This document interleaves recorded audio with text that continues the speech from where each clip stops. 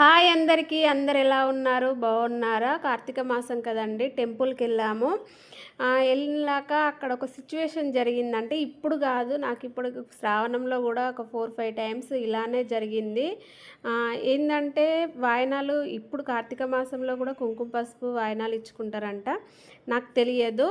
ఇప్పుడు వాయనాలు ఇచ్చేటప్పుడు కూడా ఏంది అంటే కులాన్ని అడిగి వాళ్ళని ముఖం పట్టుకొని ఏ కులం అని అడిగి మరీ వాయనాలు ఇస్తున్నారు.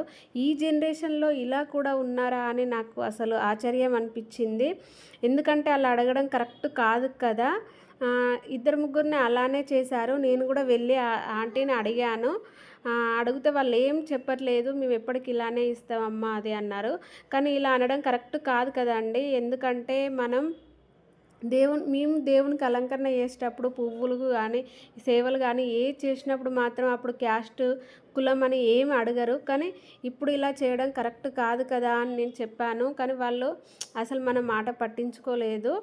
సరేలేండి, ఈ జనరేషన్లో ఇలాంటి వాళ్ళు కూడా ఉన్నారా అని లైట్ తీసుకున్నాను. ఇది కరెక్ట్ పద్ధతేనా? కామెంట్ సెక్షన్లో కామెంట్ చేయండి. మా ఛానల్ని సబ్స్క్రైబ్, లైక్. బాయ్ అండి.